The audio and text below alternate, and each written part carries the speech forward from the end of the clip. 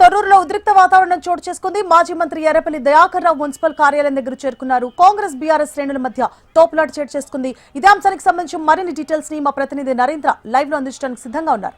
నరేంద్ర, సువర్ణ, ఇక్కడ పరిస్థితి చూస్తే ఈ చైర్మన్ ఎంపిక అనేది ఉద్రిక్త పరిస్థితి ఉంది. ముఖ్యంగా తొర్రూరు లోపల మరీ ఉద్రిక్త పరిస్థితి ఉందని చెప్పవచ్చు. ఇక్కడ మొత్తం తొర్రూరు లోపల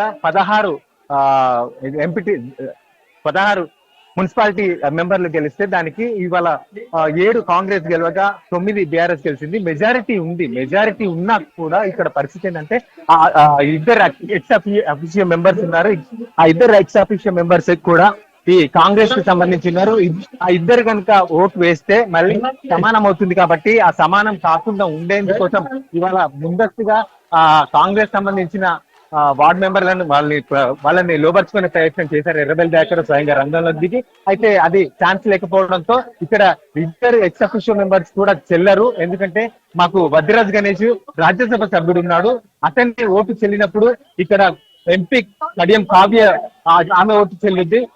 ఎస్ఎస్సీ రెడ్డిది ఓటు ఎక్స్ అఫీషియల్ చెల్లినా ఇక్కడ కడియం కావ్యది ఎలా చెల్లదు కాబట్టి ఖచ్చితంగా ఇక్కడ అవుట్ రైట్ గా బీఆర్ఎస్ స్థానం ఏది బీఆర్ఎస్ చైర్మన్ గెలవాల్సిందే అని చెప్పేసి అని ఇక్కడ ప్రయత్నంలో భాగంగా ఎర్రబెల్లి దయాకర్ ఇక్కడికి వచ్చి ఏదో రాజకీయం చేస్తున్నాడని చెప్పేసి ఈ కాంగ్రెస్ వారిని లాక్కునే ప్రయత్నం చేస్తున్నారని చెప్పేసి కాంగ్రెస్ వాళ్ళు ఆయన మీద దాడికి యత్నించారు. ఆ దాడి యత్నించే పరిస్థితి లోపల కొంచెం ఉద్రిక్త పరిస్థితి నెలకొంది.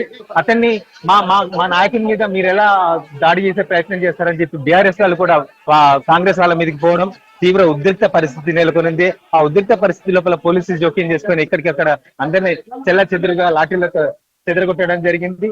అయితే రాజ్యసభ సభ్యుడైన రవిచంద్రది కూడా చెల్లితేనే మాది గెలుస్తుంది కాబట్టి అతని ఓటు చెల్లేలాగా చేయాలి. ఈ రాజ్యాంగం లోపల ఈ కొత్త రూల్స్ తీసుకొచ్చి ఈ ఎంపిక అనేది చాలా చిన్న భిన్నం చేస్తున్నారని చెప్పేసి ఎర్రబెల్లి ఆగ్రహం వ్యక్తం చేస్తున్నారు. అసలు ఎర్రబెల్లి దయాకర్ ఇక్కడికి రావాల్సిన రైట్ ఎక్కడుంది? ఇక్కడికి రావాల్సిన రైట్ కూడా లేదు, అసలు ఇక్కడ రాకూడదని చెప్పేసి కాంగ్రెస్ వర్గీయులంతా కూడా ఇక్కడ ఉండి ధర్నా చేస్తున్న పరిస్థితి ఉంది. ఈ తోపులాట తీవ్రంగా జరగడంతో లాఠీచార్జ్ చేసే ప్రయత్నం జరిగింది.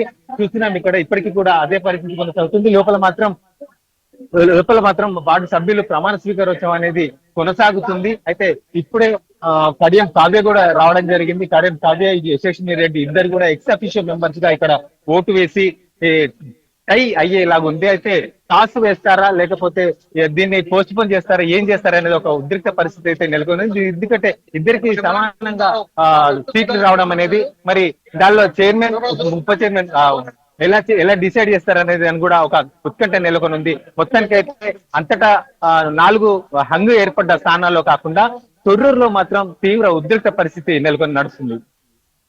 Right, thank you for the updates Narendra.